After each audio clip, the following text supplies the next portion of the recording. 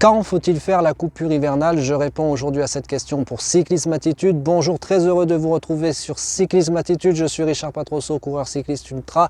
Si ce n'est pas encore fait, je vous invite dès maintenant à vous abonner à la chaîne et à activer les notifications pour recevoir en direct les prochaines vidéos.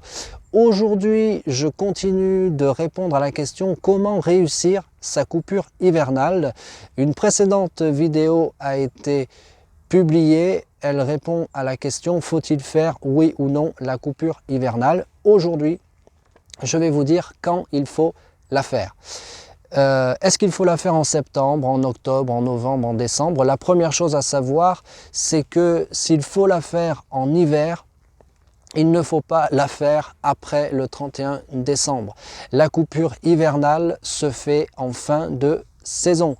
Et la fin de saison, c'est entre septembre et décembre. La fin de saison des compétitions, c'est octobre généralement. Selon la région où vous êtes, ça peut être septembre, ça peut être octobre. Il peut y avoir des compétitions jusqu'en novembre. En général, ce sont des gentlemen. Après, c'est le cyclocross qui commence. Les courses de cyclocross commencent à partir du mois de septembre.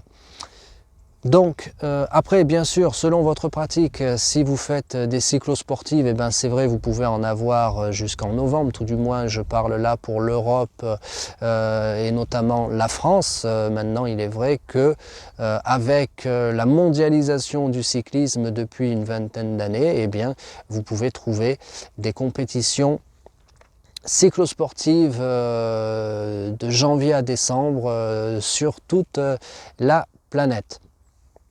Donc, très important, la coupure hivernale se fait en fin d'année, entre septembre et décembre. Le deuxième point à savoir, c'est quel mois choisir. Alors, comment choisir son mois?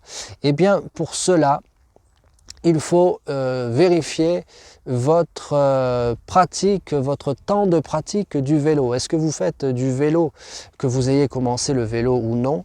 Ce n'est pas la saison précédente qui compte, là où les saisons précédentes que vous avez dans les jambes qui comptent, c'est la saison à venir, l'année qui vient.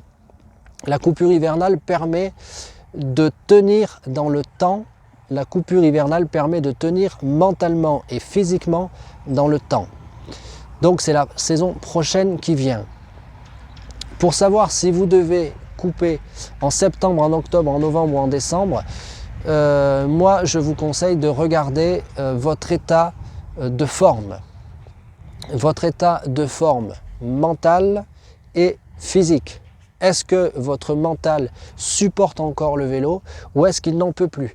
Est-ce que votre physique vous paraît bien à 100% de sa forme ou bien est-ce que vous vous sentez complètement épuisé?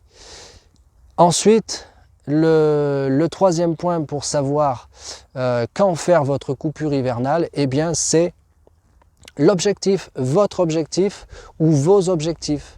Et plus précisément, votre objectif principal. Quand est-il placé? Est-ce que vous avez programmé votre prochain objectif en début de saison, donc dès le mois de février ou mars, ou bien dès le mois, au cours de la saison, donc plutôt entre guillemets en milieu de saison. Donc avant c'était soit on reprend la compétition au mois de février-mars, soit on la reprend à partir d'avril-mai. Voilà. Donc où est placé votre prochain objectif? Sachant que pour être compétitif, il faut 3 mois. Pour préparer votre objectif principal, il vous faudra bien sûr plus de 3 mois. Donc, si votre coupure doit durer 1 mois, que votre objectif est en février, vous voyez que si vous coupez au mois de décembre, eh bien, vous n'aurez plus que le mois de janvier, un seul mois pour préparer votre objectif. Donc, il faudra couper bien avant le mois de décembre. Si votre objectif est placé plutôt en mai, où votre principal objectif est placé pour le mois de juillet, et bien dans ce cas-là, effectivement, vous pourriez couper beaucoup plus tard. Bien sûr, toujours couper au maximum au mois de décembre. Voilà, ça c'était les points à connaître et à vérifier pour savoir quand faire votre coupure hivernale. Pour savoir si vous devez faire la coupure hivernale ou adapter votre entraînement, parce qu'il est tout à fait possible que selon votre pratique du vélo, vous ne deviez pas faire une coupure totale, une coupure entière, une vraie coupure, mais seulement adapter votre entraînement. Pour savoir ça, j'ai publié une vidéo qui s'appelle « Faut-il faire la coupure hivernale ?» Vous pouvez la retrouver sur la chaîne. Si ce n'est pas encore fait, abonnez-vous, ça facilitera la recherche pour la retrouver.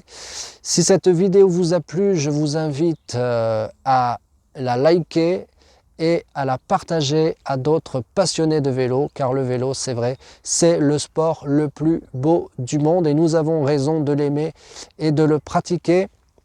Comment réussir sa coupure hivernale ou comment adapter son entraînement lors de la coupure hivernale? On va continuer à répondre à cette question en abordant d'autres sujets. Soyez donc attentifs. Dans les prochains jours, une autre vidéo va sortir pour compléter celle-ci. Abonnez-vous à la chaîne si ce n'est pas encore fait. On se retrouve très vite. À très vite.